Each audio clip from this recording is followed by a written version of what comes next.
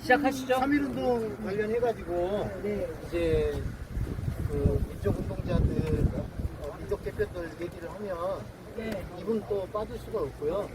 우리가 3.1운동 얘기하면 기본적으로 천도교의 기획에 의한 얘기들을 뺄 수가 없잖아요. 그 기획에 실질적으로 참여했던 대표적인 인물 중에 한 분이 바로 양한묵 선생. 원래 양한묵 선생이 또 그 제주 양씨거든요. 근데 제주 양씨들이 요 육지로 와가지고 세거를 이루고 살았던 곳이 요 일대하고 지금 이쪽인가 산 너머에 저기 청자 그 마을 있어요. 그 일대가 양씨들 세거지예요. 근데 이제 여기가 그 생가가 있고 저쪽에 보면 이제 유업이도 있고 그러는데 이분의 묘소는 해남에 아니 저기 그 화순에 있어요. 옛날 능주라고 했던 게. 근데 이제 이분이 원래는 이 지역에서 그 나름대로 제주 양씨 중에서도 이 나름대로 세가 있었던 그런 양반의 집안 출신이지만 나중에 이제 이분의 그 대에, 그러니까 할아버지 때에 오면 수리 사업으로 큰 돈까지 벌고 해서 지역민들한테 많은 그런 그 혜택을 줄 수 있는 그런 일들을 많이 했어요. 그러다 보니까 그 양한묵 선생도 그런 영향 하에서 지내오면서 나중에 동학혁명을 거치면서도 이분의 집안이 보통은 이제 지주들이 타도의 대상이 됐잖아요. 근데 이분의 집안이 보통 이제 그 지역 사회에 이분의 그 아버지께서는 콜레라가 있을 때 많은 그 지역민들을 위해서 이 도움을 주기도 했고, 특히 이분의 어머님 같은 경우는 이 자기 집에 있던 노비들을 그 해방시키기도 했다라고 하는 그런 기록들이 있어요. 그런 걸 보면 이분들 이 집안의 삶이라고 하거나 이분들의 그런 기본적인 삶의 태도들은 이 뭐 백성들과 가깝게 지내고 백성들이 기본적으로 있었던 것 같아요. 이분이 19살에 결혼을 해가지고 나주로 이동을 하게 됩니다. 그래서 나주에서 사는데 나주에서 살다가 다시 화순으로 가요. 화순으로 가가지고 화순에서 나중에 이제 묻히게 되는 것도 화순에 묻히게 되는데 그 당시에 결혼 이후에 화순에서 쭉 생활하고 그랬기 때문에 이분의 이제 묘도 그쪽으로 옮긴 걸로 이해가 됩니다. 그런데 이분이 이 결혼 이후에 이 각지의 명산 대차를 찾아다니면서 세상 풍경을 두루 경험하기도 했고요. 그러는 과정에서 그 당시 이분이 살았던 1800년대 후반 이 무렵은 삼정의 문란이라든가 이런 이 관리들의 이 탐악이 매우 심했던 그런 시절이었잖아요. 그러다 보니까 이분이 이 세상을 주유하면서 그런 물론 양반이 그 후손이기는 하지만 그런 그 이 세력가들의 탐악들을 보면서 많은 생각들을 했었던 것 같아요. 이분이 1898년에 일본으로 가십니다. 일본으로 가셔가지고 그 당시에 세계 정세를 파악하고 전국의 근대화라든지 이런 것들에 대해서 고민을 했던 것 같아요. 그래서 거기에 가가 일본에서 활동을 하면서 그 당시에 일본에 와서 활동하고 있던 많은 우리 그 망명 지식인 내지는 거기 유학생으로 가 있던 또는 일본으로 가 있던 많은 그 지식인들과 교류를 하게 되는데 대표적인 사람들이 권동진이라든지 이런 그 천도교 지도자들을 많이 만나요. 특히 이제 1901년 그 무렵에는 누구를 만나게 되냐면 바로 의암 손병희 선생을 일본에서 만나요. 일본에서 만나가지고 그 당시에 물론 이제 그 전에 이분이 그 동학에 대해서 직접적으로 접하게 된 것은 동학농민혁명 당시예요.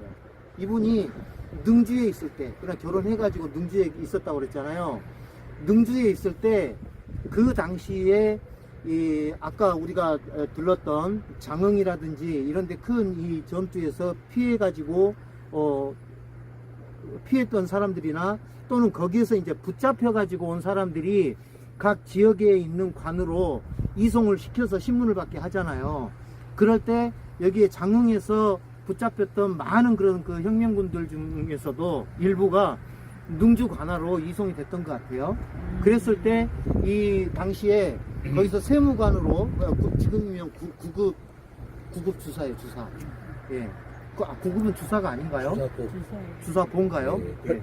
6급 주사죠, 6급. 네. 아무튼 그 당시에 그 동학군으로 붙잡혀왔던 사람들을 많이 그 훈방하는 데 도움을 줬던 그런 모양이에요. 그래서 나름대로 인심도 갖고 있었고, 그러면서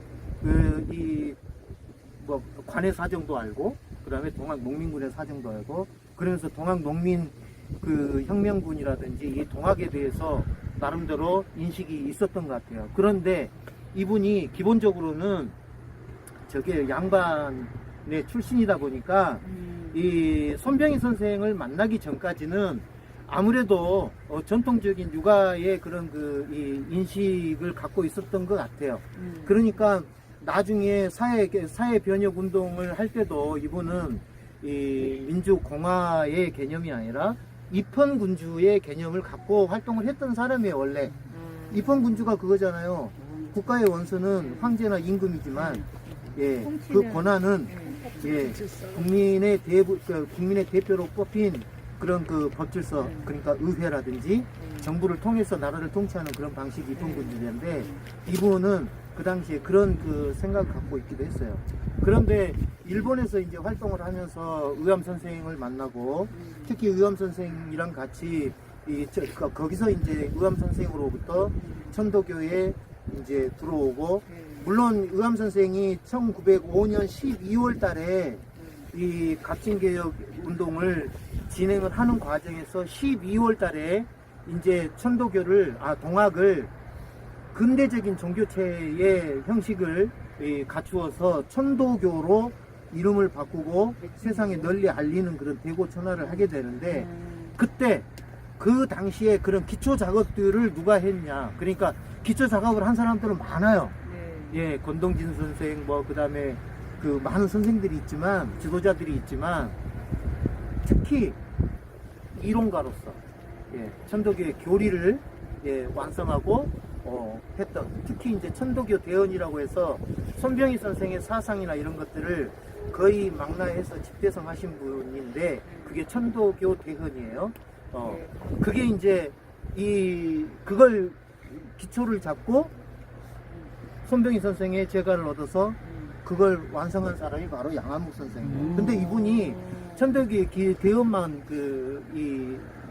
갖춘 게 아니라 그 이후로도 여기 돌아와가지고 천도교의 중앙의 간부로 뭐 현기사 사장을 한다든가 이런 그 중앙의 간부로도 활동을 하시면서 천도교에서 이론적으로 그 정리돼야 되는 그런 많은 그런 이야기들이 있어요.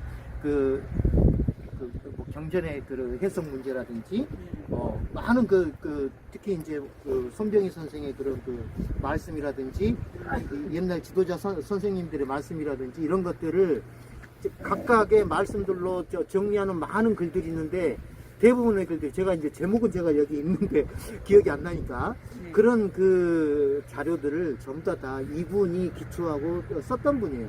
그러니까 천도교 교리를 근대화 시켜서 일반인들도 근대적인 이 시각과 사상을 갖출 수 있도록 도와주는 그런 역할을, 이론가로서 역할을 했던 것이 그분이 바로 양한묵 선생이다라고 이해를 하시면 제일 좋을 것 같고요. 그 다음에 이제 이분은 역시 3.1 운동이 기획되고 할 때 아까 우리 관장님 말씀하셨던 것처럼 3.1 운동의 이 기획자로서 또 서명하시고 붙잡혀 가시고 했던 분이에요. 그래서 약 한 두 달 정도 형을 사시다가 그 서대문 형무소에서 고문에 의해서 이제 돌아가시게 되는데, 거기서 순국을 하신 거죠. 일본 순사가 묻습니다.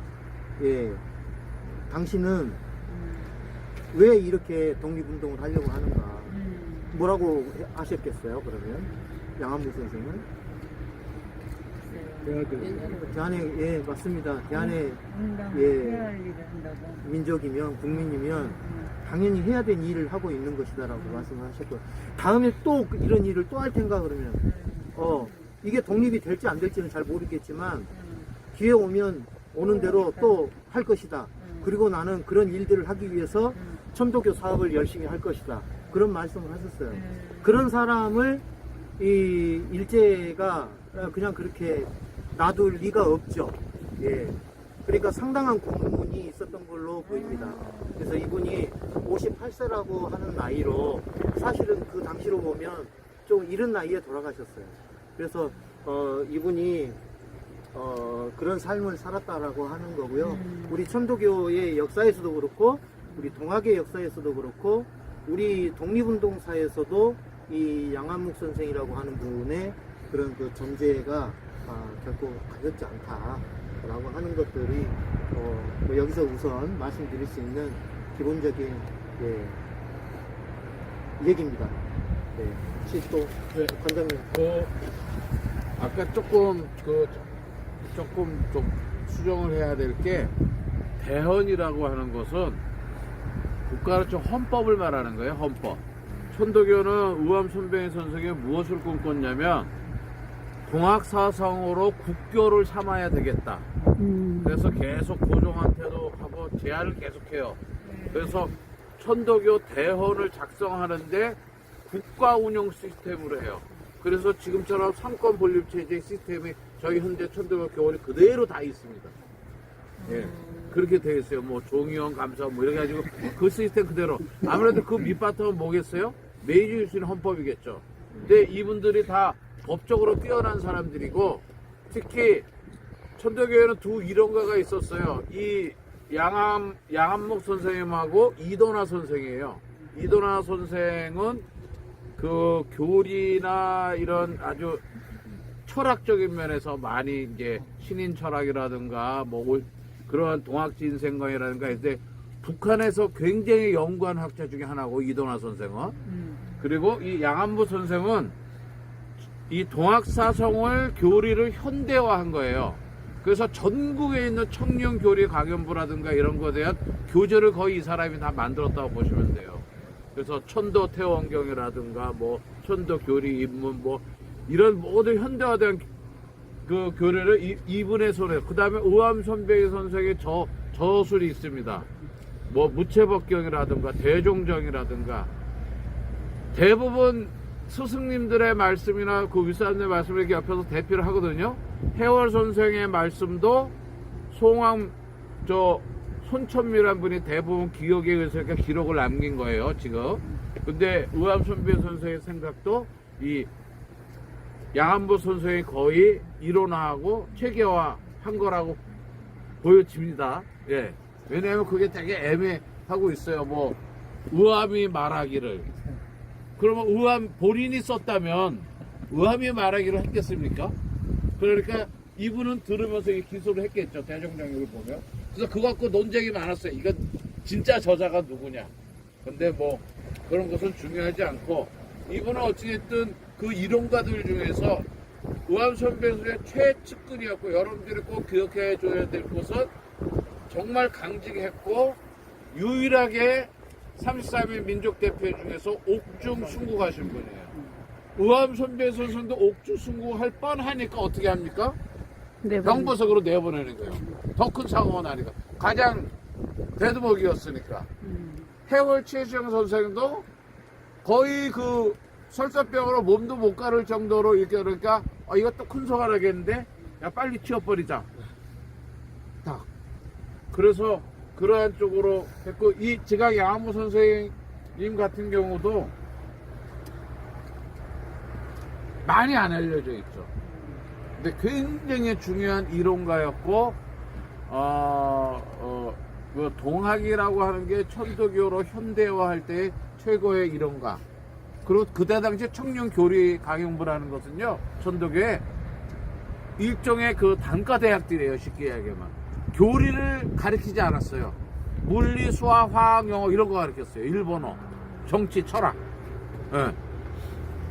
그리고 유일하게 교리라고 가르치는 거는 뭐 강화문 복화선생의 재소문, 또 이제 해월 선생 말씀, 뭐 그 정도.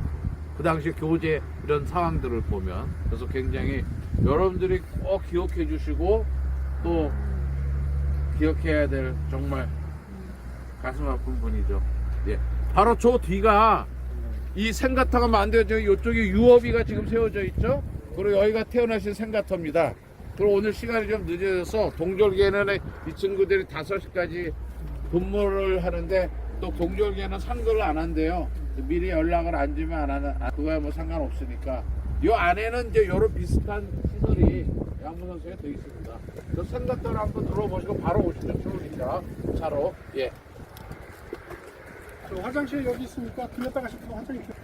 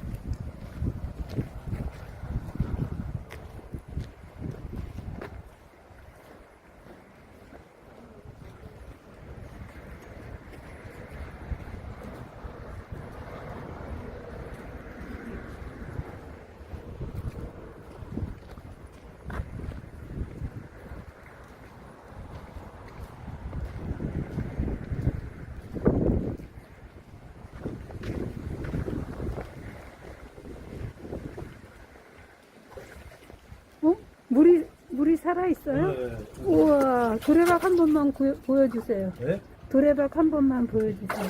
어렸을 때 저희 집에 마당 안에 우물이 있었어요. 그래요? 도래박. 어디 선생님 더 올려봐. 보인다. 담 뒤는 다른 사람 집인 모양이죠? 담 넘어요? 담 너무 그러겠죠. 여기 뭐 여기까지인가 보다. 그렇죠. 울타리를 담이 넓으네. 찍어보니까. 네, 넓어. 좀 아쉽죠? 깜깜할 때 와서. 네, 어두우니까 생각이 안 나는데. 양한목 선생님.